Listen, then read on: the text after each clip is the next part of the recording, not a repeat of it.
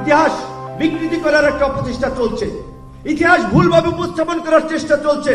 এখনো মোবাইলের কিছু রেকর্ড আছে, সব রেকর্ড মুছে যায় নাই।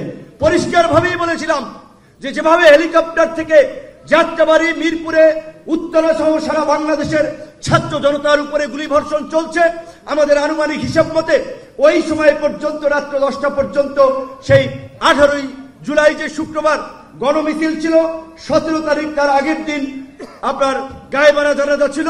আমরা বলেছিলাম এই 18ই জুলাই পর্যন্ত প্রায় 400 থেকে 450 মানুষ মৃত্যুবরণ করেছেন। এই 400-450 মানুষকে খুন করার পরেও এই জল্লাদ হাসিনা যদি গদিতে থাকে, এই দেশের গণতন্ত্রকামী আরো অসংখ্য মানুষকে জীবন দিতে হবে। সেজন্য আমরা পরিষ্কারভাবে বলেছিলাম এখন আর এক দফার বিকল্প নাই। আজকে আমাদের সেক্রেটারি সাহেব বলেছেন, আমাদের জুনিয়র অনেক আমাদের সহকর্মী ছিল, তাদের সমালোচনা আমি করতে চাই না, আমি অনেকের সাথে টকশোতেও যাই না বিব্রতকর পরিস্থিতিতে, কিন্তু কিছু কথা বলতেই হয়।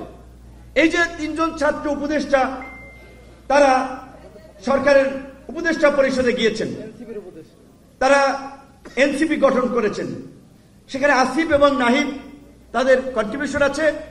আসিফ নাহিদ 19 সালে 2028 বছর পরে অনুষ্ঠিত ডাকসুতে আমাদের প্যানেল থেকে সাংস্কৃতিক সম্পাদক পদে নির্বাচন করেছিলেন। কিছু সময় ছাত্র অধিকার পরিষদে রাজনীতি করেছেন, ব্রেক নিয়েছেন। আসিফ 23 সাল পর্যন্ত ছাত্র অধিকার পরিষদের সাথে ছিলেন, তাদের একটা রাজপথে ভূমিকা ছিল। তারা এই আন্দোলন সংগ্রামের আমরা মনে করি পরিচিত মুখ হিসেবে, ছাত্র প্রতিনিধি হিসেবে এই সরকারে যাওয়ার পরে তাদের প্রথম এবং প্রধানতম দায়িত্ব হওয়া উচিত ছিল এই আহত আন্দোলনকারীদের সুচিকিৎসা নিশ্চিত করা, আহত এবং নিহতদের যথাযথ ক্ষতিপূরণ নিশ্চিত করা এবং আওয়ামী লীগের নিষিদ্ধ করার দাবিতে, গণহত্যার বিচারের দাবিতে সরকারের মধ্য থেকে একটা জোরালো প্রতিবাদ এবং প্রতিরোধ গড়ে তোলা। আমরা দেখলাম না, এখন রাজপথের কর্মসূচি দেখি, এগুলো মাইলেজ নেওয়ার কর্মসূচি আর বক্তব্য। তোমরা তো সরকারে ছিল, নাহিদ তো সরকারে ছিল 6 মাস 7 মাসের মতো, আসিফ তো এখন সরকার আছে, মাহফুজ যাকে মাস্টারমাইন্ড বলা হচ্ছে, আমাদের অনেক জুনিয়র বিশ্ববিদ্যালয় ছিল, আল্লাহকে হাজির নাজির করে বলছি, যে কয়দিন ছাত্রলীগের মার খেয়েছি, হামলা মামলার শিকার হয়েছি, ওই কয়দিন রাজপথেও দেখিনি, কিন্তু তাদেরকে মাস্টারমাইন্ড বানিয়ে দেওয়া হচ্ছে। এই কারণে বললাম যে ইতিহাস বিকৃত করার চেষ্টা চলছে। এবং আমরা বলছি যে আজকে শুরুর দিকে এই সরকারের প্রতি যেভাবে একটা সর্বদলীয় সমর্থন করে উঠেছিল, দল মত নির্বিশেষে সকল মানুষের একটা শ্রদ্ধা ভালোবাসা ডক্টর ইউনূস এবং তার সরকারের প্রতি তৈরি হয়েছিল, আজকে দল মত নির্বিশেষে রাজনীতিবিদ এবং সচেতন মানুষ আশঙ্কা করছে বাংলাদেশে আবার নাকি আরেকটা ফিলিস্তিন বানানোর চেষ্টা করা হয় কিনা, আমরা সেই আশঙ্কায় আছি।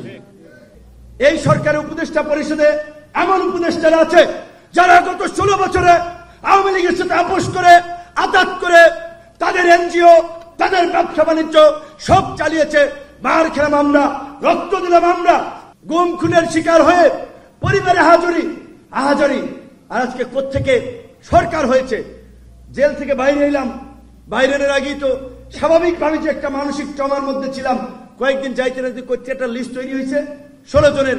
প্রথমে আলাপ ছিল 15 জন, 2-4 জনের নাম আমরা বলেছিলাম বাদ দেওয়ার জন্য, পরে 2 জন ছাত্র যুক্ত করা হয়েছে 17, সেইখান থেকে এখন বোধহয় 24 না 25। কিন্তু কোত্থেকে যে এই নামগুলো আসলো, আমরা ভেবেছিলাম আমরা জেলে ছিলাম, রাজনৈতিক নেতৃবৃন্দ বোধহয় জানে, তাদের সাথে আলাপ আলোচনা হয়েছে, পরবর্তীতে জানলাম কেউ জানে না এই সমস্ত নামের তালিকা।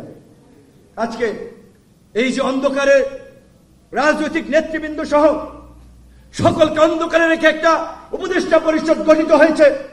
শুরুর দিকে যে ভালো কাজ করতেছিল, এখন আমরা দেখতেছি বাংলাদেশের স্বাধীনতা সার্বভৌমত্বকে ঝুঁকিতে ফেলে এই মানবিক করিডোরের নামে ওইখানে আরেকটা সামরিক জোন তৈরি করার, আরেকটা পূর্ব তিমুরের মতো আরেকটা স্টেট তৈরি করার সেই অনেকের মিশনের দিকে বাংলাদেশকে নিয়ে যাওয়া হচ্ছে। তাই আমরা এখান থেকে পরিষ্কারভাবে আমরা বলতে চাই, সরকার যদি এই করিডোর দেওয়ার সিদ্ধান্ত থেকে সরে না আসে, অনতিবিলম্বে এই যে গণ অধিকার পরিষদের শক্তির সাথে আজকে যারা নতুন করে যুক্ত হয়েছে, তাদের শক্তিতে আমরা যতটুকু বলীয়ান হয়েছি, এই শক্তি নিয়েই আগামীতে আবার রাজপথে নামা হবে।